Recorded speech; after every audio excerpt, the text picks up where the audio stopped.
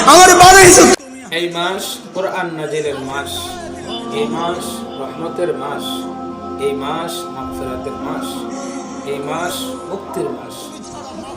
আল্লাহ পাক রব্বুল আলামিন এই মাসে পবিত্র কোরআন নাজিল করেছেন।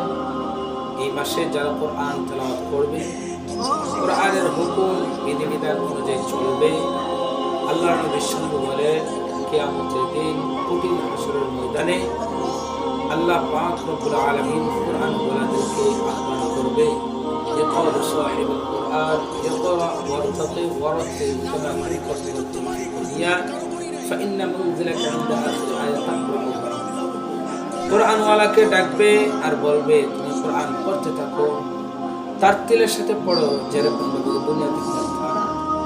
আর জান্নাতের সিঁড়িগুলা, জান্নাতের মাকামগুলা, জান্নাতের বালাকানাগুলা গুনতে থাকো। যেখানে গিয়ে তোমার কোরআন পড়া শেষ হবে সেই পরিমাণ জান্নাত বালাকানা তোমার। সুবহানাল্লাহ।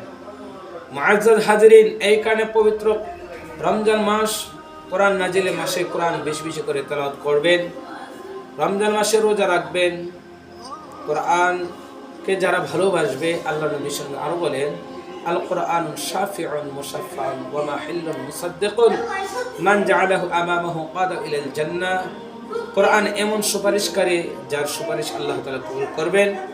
কোরআনকে যারা সামনে রাখে, কোরআনের বিধান অনুযায়ী যারা চলবে, কাল কিয়ামতের ময়দানে কোরআন তাকে জান্নাতে প্রবেশ করাবেন। সুবহানাল্লাহ। আর যারা কোরআনকে পিছনে রাখে, কোরআনকে তেলাওয়াত না করে, কোরআনের হুকুম বিধিবিধান অনুযায়ী না চলে, কাল কিয়ামতের ময়দানে কোরআন তাকে জাহান্নামে নিক্ষেপ করবে। নাউযুবিল্লাহ।